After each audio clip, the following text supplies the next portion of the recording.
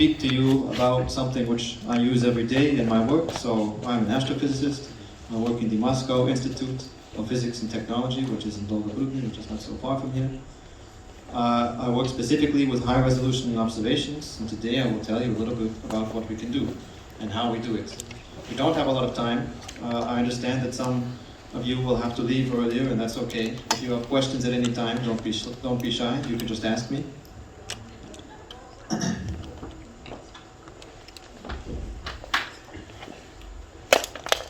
So let's first be clear about what we mean about resolution.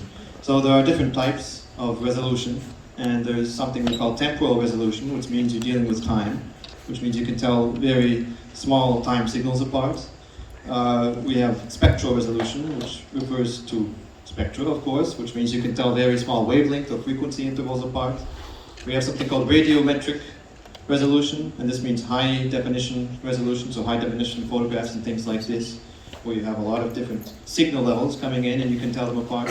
But what we will talk about today is called spatial resolution or angular resolution. And for each case here, I've written a few of the scientific questions in astrophysics which we can use or make use of these methods. And with high spatial resolution, the types of things which we study are things like accretion disks and jets, both around stars and from things called active galactic nuclei. We can also try to study exoplanets using these methods. We can look at multiple systems, so you have multiple stars around each other, sometimes 2, sometimes 3, maybe even 5, or even more than this. We can also look at the surfaces of other stars besides our sun, which is quite amazing. And we can also use these methods for studying solar system bodies, so asteroids and comets and things like that. So when we talk about spatial resolution, there's two different things we know, and some of them you should be quite familiar with.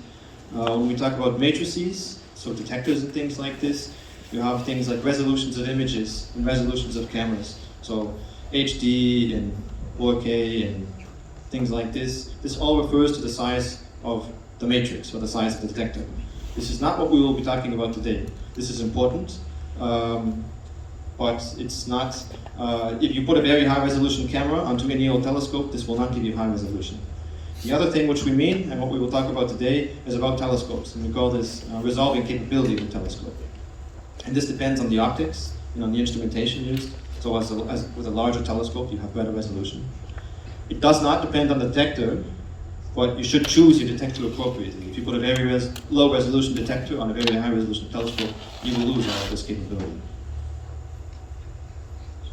About angles, I think you all should be quite familiar, is that normally we measure them in degrees or radians, but these are quite large units when we're talking about astronomical bodies. So we use some other units. One, for example, is called an arc minute, which is 1/60th of a degree, and 1/60th of an arc minute is called an arc second. And even this can be quite large sometimes when we are working in astronomy. So we have 1 milli-arc second, which is 1/1000th of an arc second, and even 1 micro-arc second, which is 1/millionth of an arc second. And we'll talk about the typical sizes of things we study, and I want to ask you the moon, for example. What is the angular size of the moon? Does anybody have an idea? 20 degrees. It's the same as the sun. But if we talk about in these units which we discussed, it's about half a degree, so 30 arc minutes. And we normally use this symbol, the single symbol, prime, or strik in Russian, for denoting a minute. The sun, as we just heard correctly, is basically the same size as the moon. This is why things like solar eclipses work. Does anybody recognize this? No, this is Venus. This is smaller, much smaller. And the angular size is much smaller than the moon or the sun.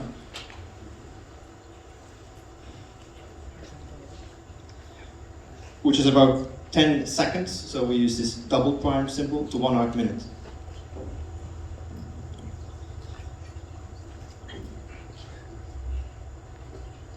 If we look at Jupiter now, so here we see a nice picture of Jupiter and 4 of its moons around it, 4 of its satellites. The characteristic sizes here are about 30, so half an arc minute, 30 arc seconds, to about an arc minute. If we look at Mars, it's much closer than Jupiter, but it's much smaller linearly. So the angular size can also be much smaller, and depending on the orbit, it can be about 5 seconds to 25 seconds. Now, okay, let's take the moon again, and this time, let's put a person on the moon. So the size of a person is about 2 meters, and the distance to the moon is about 400,000 kilometers. If we put a person on the moon, then the typical size of this will be about 1 milliarc second. So MAS means milliarc second. So this is 1/1000th of 1 arc second. If we take something smaller now, like a coin, and we also put this on the moon, this is about 2.5 centimeters in size. The 5 ruble coin is exactly 2.5 centimeters. Then the size of this is about 10 microarc seconds. And actually some telescopes are powerful enough to resolve this. So we can in fact resolve a coin on the moon. Now if we go a bit farther to our outer solar system, this is Pluto.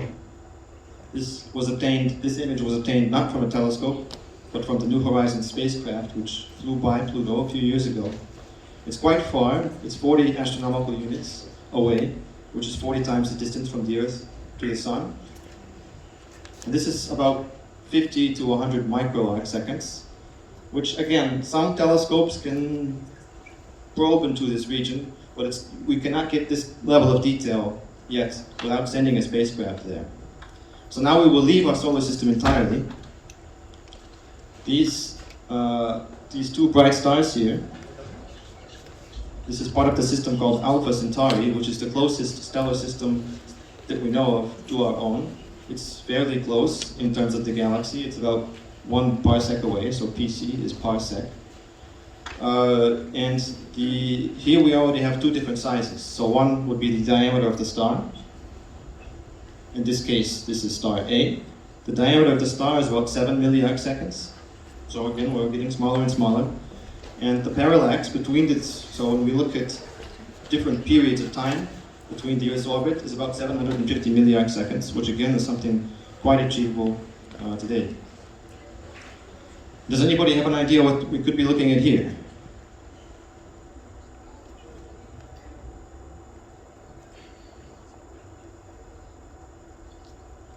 So this is the center of our galaxy, and this is the orbits of stars as they moved over a period of about 15 years around the center of the galaxy, around this little area here. One star completed a full orbit, and recently it completed its second orbit. And the Nobel Prize in Physics was given in 2020 in part for observations of this area, of the center of the galaxy. So because we can observe the motions of stars, we can already use Kepler's laws, for example, to calculate the mass of this invisible central object, which we don't see. We see the stars going around it, but we don't see what they're going around. And they did this, they calculated the mass of this, and it was about 5 million times the mass of the Sun. And the Nobel Prize was given partially to Roger Penrose, here on the left, for showing that in Einstein's theory of general relativity, that black holes should naturally arise. And it was also given to a German group and an American group of astronomers who helped with these observations. So on the right here, we can see what was actually obtained. They measured the position of a star. And if you look at the sizes here, this is about 100 milliarc seconds. But then, of course, they must measure much closer, with much better accuracy where the star is located. And they did this over a long period. And they were able to calculate the mass, as I mentioned. They cannot prove that it's a black hole, so when the Nobel Prize gave the prize, they said that the prize was given for the discovery of a very massive object in the center of the galaxy, without using the words black hole. Okay, so now we'll go to some other observations. This is a system called HL Tau. This is a young star. It's called a T-Tauri star. It's a forming star. It's surrounded by a stellar disk. And These images were obtained using a telescope called ALMA, which is the Atacama Large Millimeter Array. This is a set of radio telescopes, and it works at radio wavelengths. The wavelength is about 1 millimeter. And here we have the general size of this disk, which we can see, which is about 1 arcsecond, which is fairly large. But then the resolution obtained with this telescope, so in what level of detail can we see, was about 50 milliarcseconds. And in this particular case, what we can see, if you look closely, we see some dark rings. This is where material has been cleared out around this star. So this is a forming star. It's still accreting material on it. And in these dark rings, most likely we already have planets forming. This was impossible 10 or so years ago. Now this is possible. Another example, which you may have seen, just a few years ago, this image was published, and it was published and popularized quite widely. This is a system called M87. This is another galaxy. This is the center of another galaxy. And it's quite far, so this is already 16 million parsecs. So our closest star is 1 parsec away. This is 16 million times that. And this is material around an accreting black hole. So the resolution here was also on the order of microarcseconds. You remember the size of a coin on the moon. This is about the resolution which we could obtain, and which be a little bit larger of a coin. But this is basically the size of a coin on the moon, a large coin. Okay, so now we can talk about some things which are specific. How do we quantify these things? There are two physical understandings which we normally use for this. One is called an Aerie disk. And an Aerie disk is a pattern which arises when you look at a point source through a telescope. And instead of seeing a point, what we see is actually a shape like this.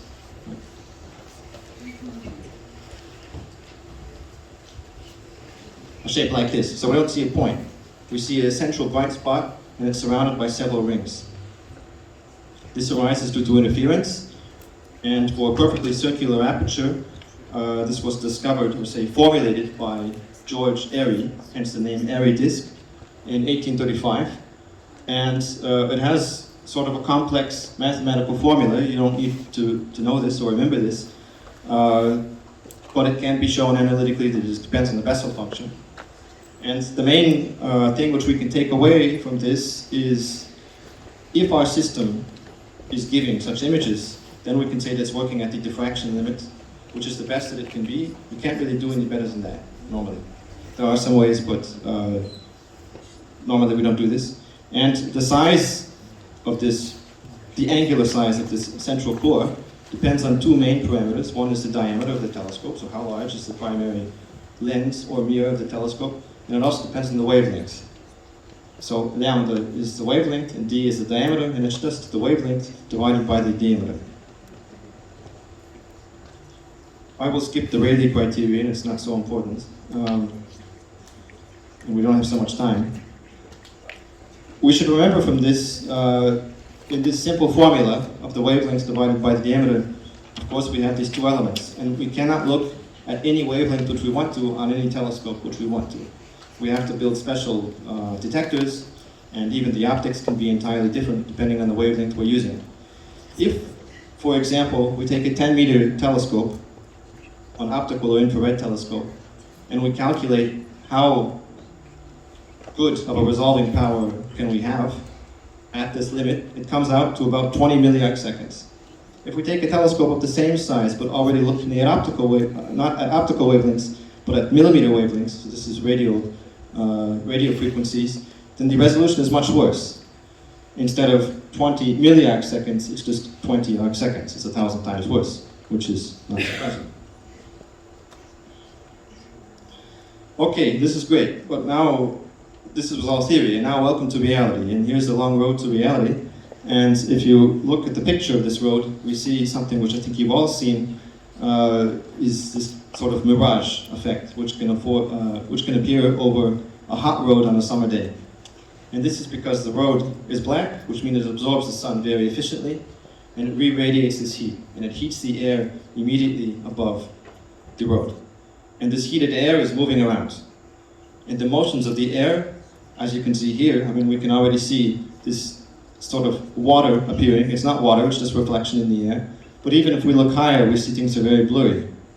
If we want to observe a distant astronomical object, then these motions of the air can also affect our images quite significantly.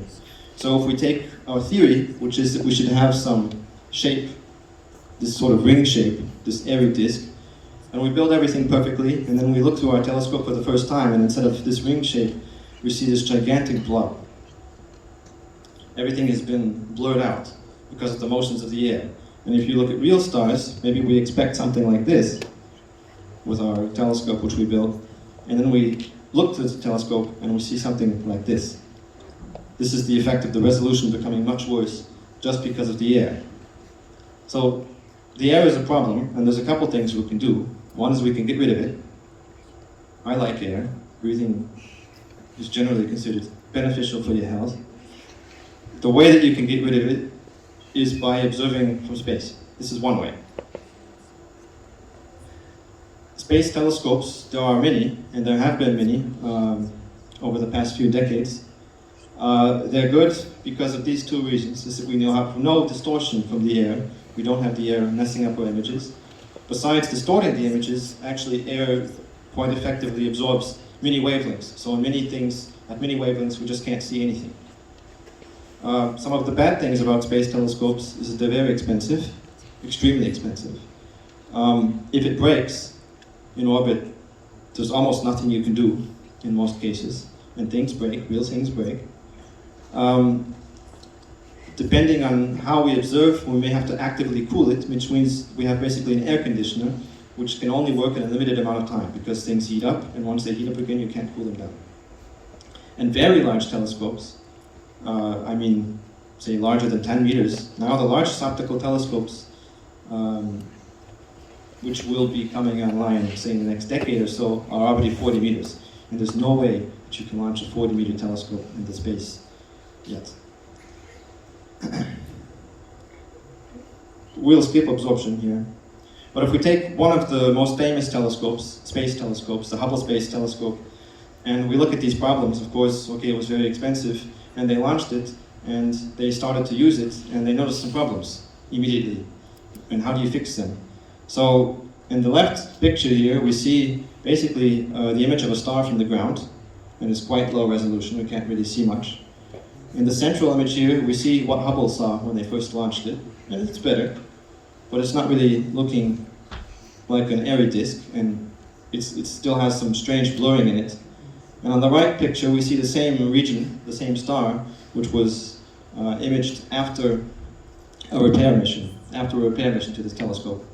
So at this time, the United States Space Shuttle was still flying and still working, so there was some possibility to do some repairs. This happened because of a mistake with the optics. It's a very complex project, and some tiny mistake can really ruin everything. And it was a big deal at the time. If we look at the same case with Hubble, not at a single star, but at a different galaxy, what happened as a result of this mistake. On the left we see before the service mission, and on the right we see after the service mission. And we can see that the resolution became much better. But after these corrections, Hubble was working quite well. And so here, for example, is an image of Jupiter, not from a spacecraft, well, not from a spacecraft flying by Jupiter, but from a spacecraft in orbit, from the Hubble Space Telescope. And we can really see quite a lot of detail. This is one of the moons of Jupiter. It's really a very, very good image. If we look, again, a bit farther than in our own solar system, this is a cluster of galaxies which is being partially lensed by massive, say by a supercluster of galaxies in between us and this far cluster. So we can see the distortion of galaxies located in the background, and this was predicted by Einstein. So there's things called Einstein rings. This isn't a ring, but this is still this lensing effect which arises due to general relativity. And we can see this quite well. If we look within our own galaxy, so this is a region of star formation. where we have a cluster of stars and some ionized material around it, which arises due to hot stars. This is another star formation region. So all these extended and quite beautiful structures are mainly due to dust and ionized gas. And here we have probably a supernova remnant. So there was a star here which exploded, and we can see all this quite well using Hubble. Okay, that's one way, but as I said, space telescopes are very expensive. And another way is called Speckle Imaging. And what this means, I will show you, but if we return to how our star is looking through a real telescope, when you look through the atmosphere, instead of this Aerie, this pattern, we see this kind of blob. This is for a long exposure, but if we take a very short exposure, like half a second or some milliseconds, we see that stars have quite a different form. It's not an Aerie disk and it's not a blob. It's this kind of speckle pattern. So speckle is krapinka in Russian. And here is the same star imaged at many different times for a short amount of time. And we see that the speckle pattern, it changes. If we observe for a long time, they average together into this big blob. But for very short times, they have this specific pattern. And this pattern arises because the light coming through the atmosphere has many ways it can do it, depending on how different pieces of the atmosphere are located. Are located at the time of observation. And this can arise due to interference. It gives rise rather to interference, and we see little bright spots where we have constructive interference, and we see dark spots where we have destructive interference.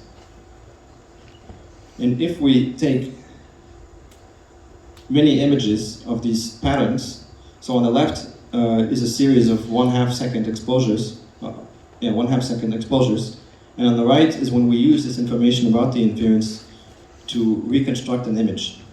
This was actually obtained on the 6-meter telescope of the Special Astrophysical Observatory of the Russian Academy of Science. It was built by a German group from the Max Planck Institute for Radio Astronomy. And we can see that we can extract a very high resolution image if we take many short exposures. And then we use some information about the Fourier transform. It's a mathematical way to restore this original structure. So this is good because it's much cheaper than a space telescope. But it's bad because we can only do this if we see some good signal in a very short amount of time, which means we can only look at very bright sources. So another way, which I like quite a lot, is called adaptive optics. Adaptive optics, it has the same goal of removing these distortions from the atmosphere, but it does it not through a computer program and not by removing the atmosphere, but by mechanically changing the shape of a mirror to exactly cancel out the motions or these distortions introduced by the atmosphere. To do this, we observe a very bright point star somewhere near to what we want to observe, and we look at every single way that the star deviates from this ideal form. And then we find a reverse transformation to bring this distorted image back to the real image. And we apply the same transformation to what we actually want to observe. So this I will skip. Mechanically, the way this works is they have a large mirror. This is a secondary mirror of a telescope. It's about 1 meter in diameter in this case. And it's sitting on a few hundred of these actuators. And what they do is they just move up and down. But they do it very fast. And here they are all placed in the assembly behind the mirror. The mirror itself is flexible, so it can move without breaking. And it should move some hundreds of times per second. It's really very fast. But using this, what we can do by removing these atmospheric distortions is already look at very faint objects with very high resolution without having to rely on the presence of the source itself being very bright. So in this case, what we have this is an image of an exoplanet. This is the first image of another planet in another star system. It's a bit of a special star system. This is it's around a red dwarf, so it's not a very bright star, and it's nothing like the sun, but still, the first images were obtained this way. And if we look at something more more recent, these are images of circumstellar disks around young stars. So we can see different structures within the disks. We can see some brighter parts, we can see some darker parts, we can see some shading, so it has this kind of hamburger shape, because this is the top side of the disk, this is the back side of the disk, and this dark region here is the central region. And again, this was impossible just a few years ago. I would say 10 years ago there was no chance of doing anything like this. This is very new. And this is all relies on us having a bright star nearby. But what if we don't have a bright star nearby? Well, we can create a star. By star, I mean that we can create a bright, ideal point source in our atmosphere. So it's not a real star, of course. And we can do this using lasers. So this is a real image. Unfortunately, it's rather bright here, but in this hall. So here we have one telescope, which has two mirrors inside, and it shoots lasers into the sky. And these lasers excite atoms within our atmosphere, which we can then look at the reflected light or the scattered light from these lasers, and again use this information to see how the observed form of this fake star, it's actually several stars, how it deviates from the ideal form. And then we can do the same thing, but now we can do it anywhere. So now we can look at any part of the sky and obtain very high resolution images without relying on other bright sources there. Because they're lasers, we can turn them on and we can turn them off. And we can do this very quickly. So by modulating the signal at, again, some kilohertz, we can even probe the structure of the atmosphere along the line of sight, which can give us a very good compensation. And if we see what we can do from this, so this is from the diploma work of one of my students in the Moscow Institute. This is a young stellar system, which we observed using this same telescope here, using exactly this system. And what we see around this object is a lot of very extended material, and these green blobs here, which are just black blobs here after some processing below, these arise due to excitation of molecular hydrogen. So this is material which has been ejected from a young star and is already interacting with the interstellar medium. What I work on is how young stars form, how stars in general form, and observing systems in these states of birth or formation is very important. And with adaptive optics, here is the same region without the use of adaptive optics. And if we overlay what we can do using these laser systems and using these deformable mirrors, you can see that it becomes a much sharper image and we get much fainter sources.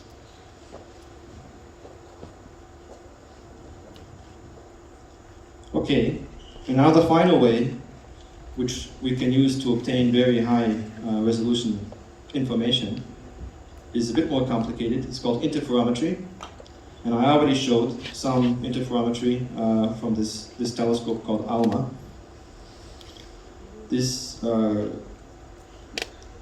I will just show how we do this. Don't be afraid from the equations. What we measure is the result of the Fourier transform, which maybe you know or maybe you don't know. It's not important. The Fourier transform is a two-dimensional integral. It's something we can calculate if we know how the image looks beforehand. So this I function here, this would be the image. This is what we want to obtain. But what the interferometer actually measures is this quantity on the left. And it's the result of this integral. In order to return, say, information about this function I, we have to make many different measurements of this integral. I will show this in an example. This is not a new technique. This was done 100 years ago in 1921, exactly 100 years ago for the first time. And this was, at the time, it was the very first measurement of the angular size of another star besides our sun. They did this for the star Betelgeuse, which has a very large angular size. The way this was done, and this is the same mathematics which I just showed, but in a little bit of a simpler form. The way this was done, Michelson, who was in charge of this experiment, took a regular telescope. So here we have a large telescope, at the Mount Wilson Observatory. Below is located the primary mirror. And on top of this telescope, he built this large structure here, which is about 6 meters long, and it has little mirrors on the top. M1, M2, M3, M4. These are 4 mirrors. They're small mirrors, and they're all at an angle of 45 degrees. They're flat. So what happens when we observe something is, in this case, we are looking at a signal which is coming from above. It reflects off M1. It reflects off M2. It goes down to the primary mirror, comes back up to the secondary mirror, is reflected one more time, and then observed at the bottom here, where the observer sits. The same thing happens on the right side. So we come down to M4, M3, then to the primary, secondary, and then back. And these are focused in the same spot, but they are at different locations. So because of this, interference naturally arrives, which is why we call this interferometry, because it uses interference.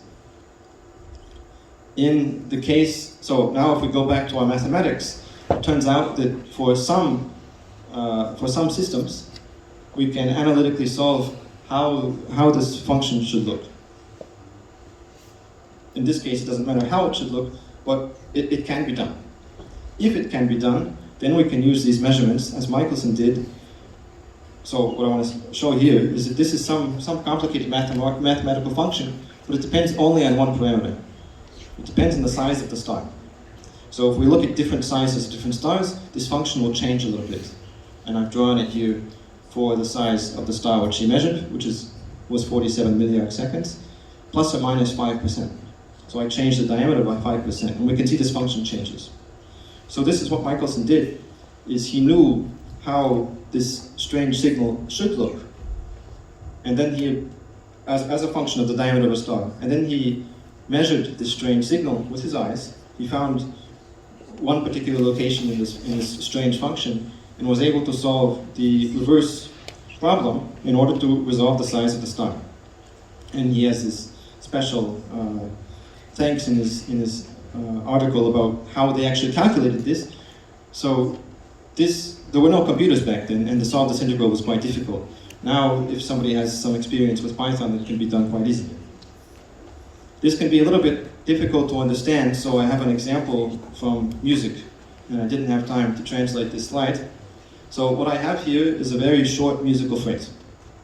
And you all are all actually familiar with the power spectrum of an audio signal in the form of an equalizer. So if you change the bass, so you have more or less, or you change the mid-level or high level of the frequencies so that it sounds good to you, what you are changing, in fact, is the power spectrum of the signal. I checked this earlier, and we'll see if the audio will play.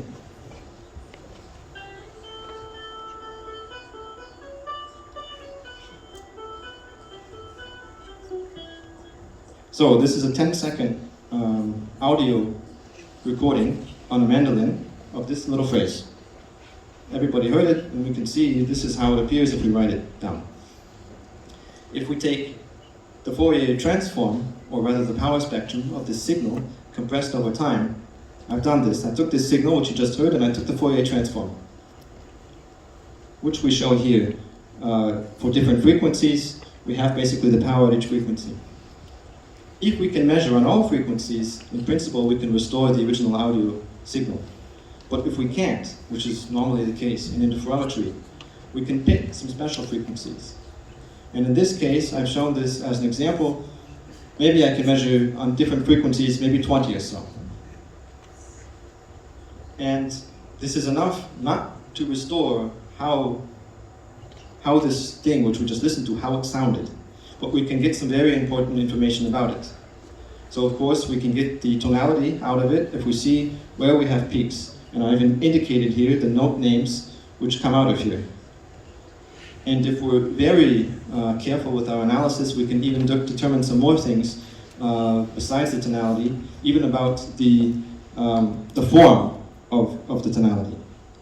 So there can be some deviations. This is the same thing we do in interferometry. We take this complex signal and we try to extract some specific information from it, maybe without restoring the original image. So if we return back to astronomy now for music, with this result which I've already shown you, how was it obtained, this image of the material around a black hole with very good resolution? This was obtained through a telescope, a system of telescopes called the EHT, which is the Event Horizon Telescope. And for these observations, I think there were 9 or so different radio telescopes along the planet Earth, which are shown here, were located, and we use the signal from each of these. So this is the same thing as what Michelson did 100 years ago, but instead of having little mirrors on the top of a small telescope, we have rather large mirrors on top of a fairly large planet.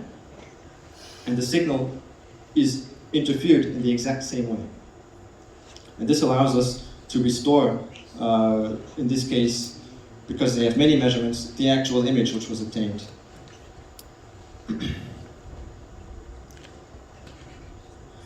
This was called radio interferometry, but we can actually do the same thing as what Michelson did 100 years ago with optical telescopes. And one such system is called the VLTI, which is the Very Large Telescope Interferometer. The Very Large Telescope is itself not one telescope, but 4 telescopes, or even 8. So it's 4 8-meter telescopes and 4 2-meter telescopes, which are shown here. And this is a system belonging to the European Southern Observatory. This is in Chile, in Paraná. If we look from above, from a plane, a helicopter, these are the 4 large telescopes, and there's a system of mirrors which goes underground, which you can in fact see here from above, which directs this light to a central location. And then in the central location, we build the same interference patterns as Michelson did 100 years ago. But now instead of 6 meters or so, we have 100 meters or 200 meters, maybe even a bit more. What we actually see looks nothing like a star. So this is the results of observations for the brightest star in the sky, Sirius. And this image basically is what this system detects. It looks nothing like a star. We have along one axis wavelength, so this is a spectrum. And along the other axis, the vertical axis, we have the interference pattern which was measured for different telescopes. Because there are a significantly large number of observations here, we can try this modeling, as I did with this musical analogy, or we can try to do some sort of image reconstruction, as they normally do in radio wavelengths. And some kind of medium example of what can be done, this is a recent result, this is a paper from this year, it was the first paper using this new instrument, is for basically constructing the image of a disk around, not a black hole this time, but around a young star. And if we look at the size of this thing in milliarc seconds, you remember the size of a person on the moon from Earth, it's about the same size. We have quite a good resolution coming out of it, and we can already look at how material in this star, so this is called a Herbig AE star. I don't expect you to know what this means, but this is a type of young star which shows information, or rather different signs that it's still forming. So this is a star which is being born. And the material around it, we can already map now directly, without relying on some of these mathematical formulations, which we don't always know, as Michelson had to do 100 years ago. Now we don't have to do this. Another result from the same set of telescopes, I picked young stars because I like them, but this is now 2 young stars, which are again quite close, maybe 30 or 40 milliarc seconds rather apart. Besides seeing them, we can in fact see the material around them. This is now a pair of 2 young stars which are forming, and they're interacting with each other. Stars are born not alone, they form together, generally. And this result, which I've already shown partially, but now this is 20 years later. So this is again the central region of our galaxy. And we can see the motion of this star, which was orbiting around this very massive source in the center of our galaxy. In fact, what they did the second time it came around, since it was discovered, is they already observed the spectrum of the star very accurately using the interferometry. And it turns out that due to general relativity, there will be some changes in the spectrum are expected. And they confirm these changes. So again, basically Einstein was right, and we have nothing to dispute in this case, is that everything that Einstein thought, again, is proven right, which is, say, on the one hand rather boring, but on the other hand, it can be viewed as another confirmation of Einstein's theories. Just last slide, I will skip and move to the conclusion, so that if you have some questions, you will have time to ask them. But the main things which I would like you to take away from this lecture today is this idea of the diffraction limit for any telescope. If you're interested in astronomy, this is very important, and you will be using this very often. It's just the wavelengths divided by the diameter. But normally we can't obtain this unless we do some additional engineering work, like a space telescope or adaptive optics, optical or infrared wavelengths. At radio wavelengths, I didn't mention this, but at radio wavelengths we always obtain this limit because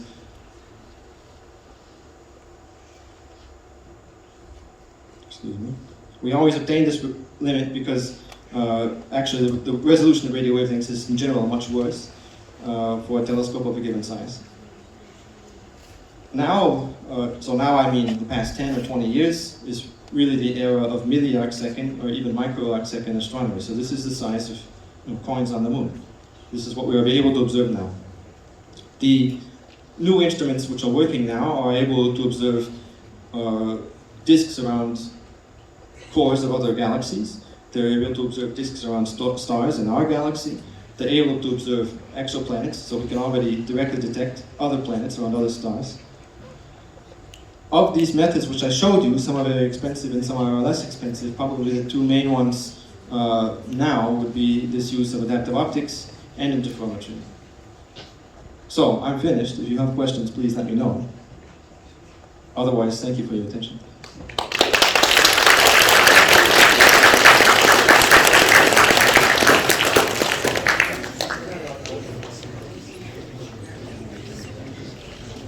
We have a second microphone here for questions. There's a question here. Going to the moon, am I right? Theoretically, it's possible, but there's no real reason to do that. So the instruments are capable enough, but there are no points on the moon, as far as we know. The flag. So if the question is, can we check that people were actually on the moon? There are much easier ways to do that, is they left mirrors on the moon, which we can fire lasers at, and they reflect. And this isn't the case. So, when you told about the adaptive optics technology with the artificial stars, you told about lasers technology.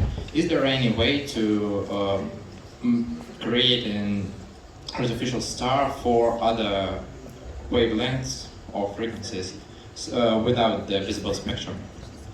Okay, I understand the question. The question is if we can use other wavelengths besides where we create the star. And actually it's not important, because what we map with the star is the motion of the atmosphere, and the motion of the atmosphere doesn't depend on wavelength. So even though we create this fake star at optical wavelengths, we can use this correction essentially at all wavelengths. Could you please show the slide with the Event Horizon Telescope?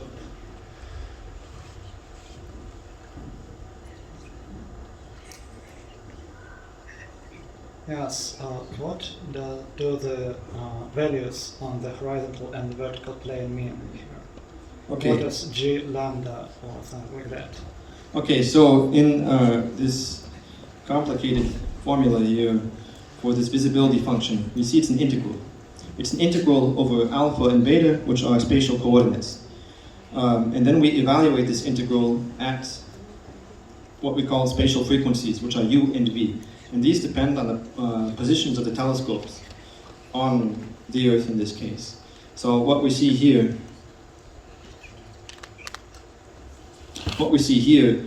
in the central frame is basically, if we looked at the Earth from this source, it was where the telescope pairs would be.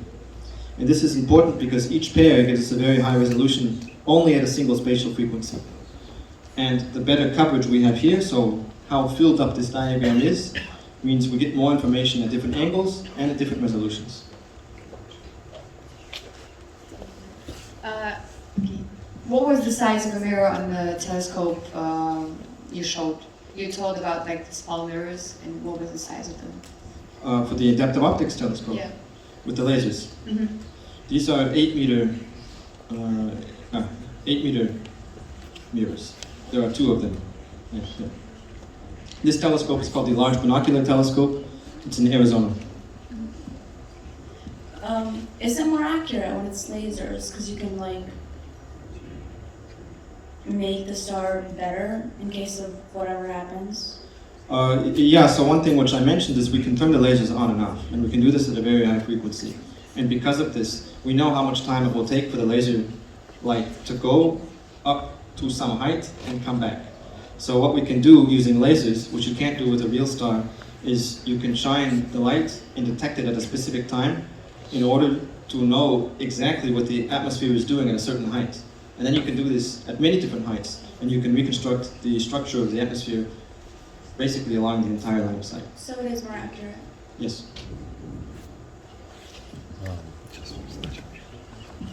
So like for the adaptive optics, when we have the things that are moving under the mirror, can we make a mirror or lens that would adapt by itself depending on the light that's coming on it? So like maybe if we're not like having the full spectrum, or we could move it a little more and get better data, but we can't move, but we aren't sure we're getting it. Would there be like a way to automatically? Yes. So I thank you for your question. I skipped over this part, but in fact that's exactly how it works. So to come back to this diagram, which I skipped over, in this system, so here's the telescope, and our signal is coming down from above.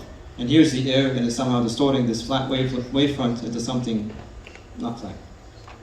So the way this works is we send this wavefront, this distorted wavefront, through the system, and we reflect it off of this mirror, which can distort.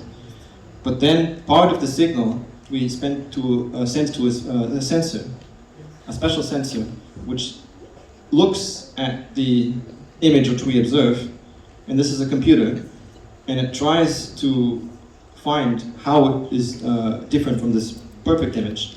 And then it changes the shape of the mirror, and then it reflects again, and then it changes again, and it has this closed cycle, which is happening about 500 times per second. Most of the light is going down to our camera, where we save it. But a small portion of it is used exactly as you say for changing automatically how this mirror is shaped.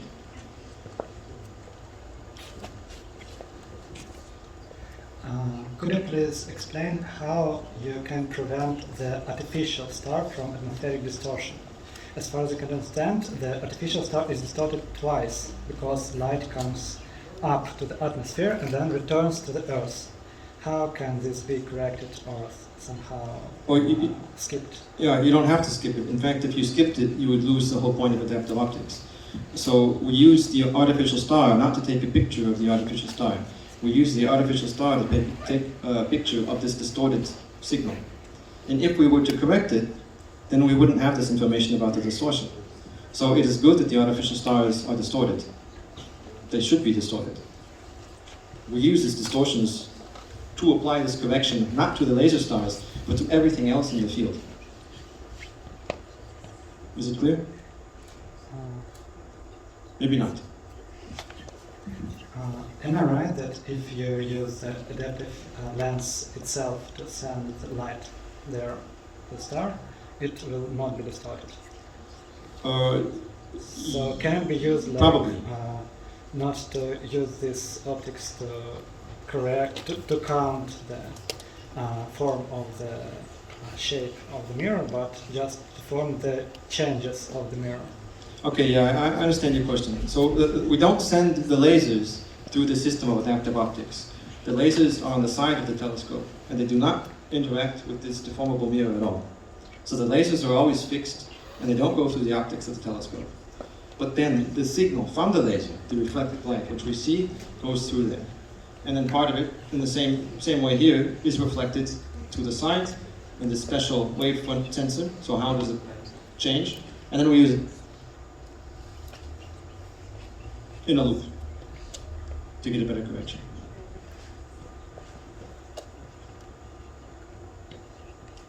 Okay, maybe no more questions. Then I want to thank everyone once again for inviting me. If you have questions later, feel free to come up if you have time.